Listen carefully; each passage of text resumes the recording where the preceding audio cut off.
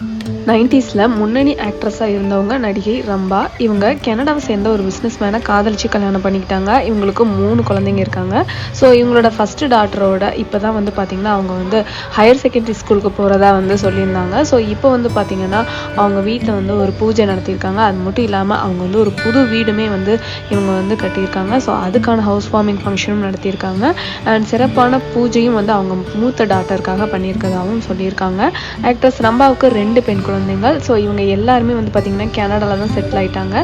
இப்போ கூட இந்தியாவுக்கு வந்து பார்த்திங்கன்னா அவங்களுக்கு இந்தியன் ட்ரெடிஷன் வந்து அந்த குழந்தைங்களுக்கு எப்போவுமே இருக்கணும் அப்படிங்கிறதுக்காக இங்கே வந்து கொஞ்ச நாள் ஸ்டே பண்ணிவிட்டு அவங்களுக்கு எல்லா இடத்தையும் சுற்றி காமிச்சிட்டு நிறைய டெம்பிள்ஸ்லாம் வந்து விசிட் பண்ணியிருந்தாங்க ஆக்ட்ரஸ் ரம்பா. இப்போ வந்து பார்த்திங்கன்னா அவங்களோட டாட்டரும் அவங்களும் இருக்கிற மாதிரியான ஒரு ஃபோட்டோ ஷூட் நடத்தியிருக்காங்க. ஸோ அதில் அவங்களோட டாட்டர் ரொம்பவே பியூட்டிஃபுல்லாக மாறிட்டாங்க.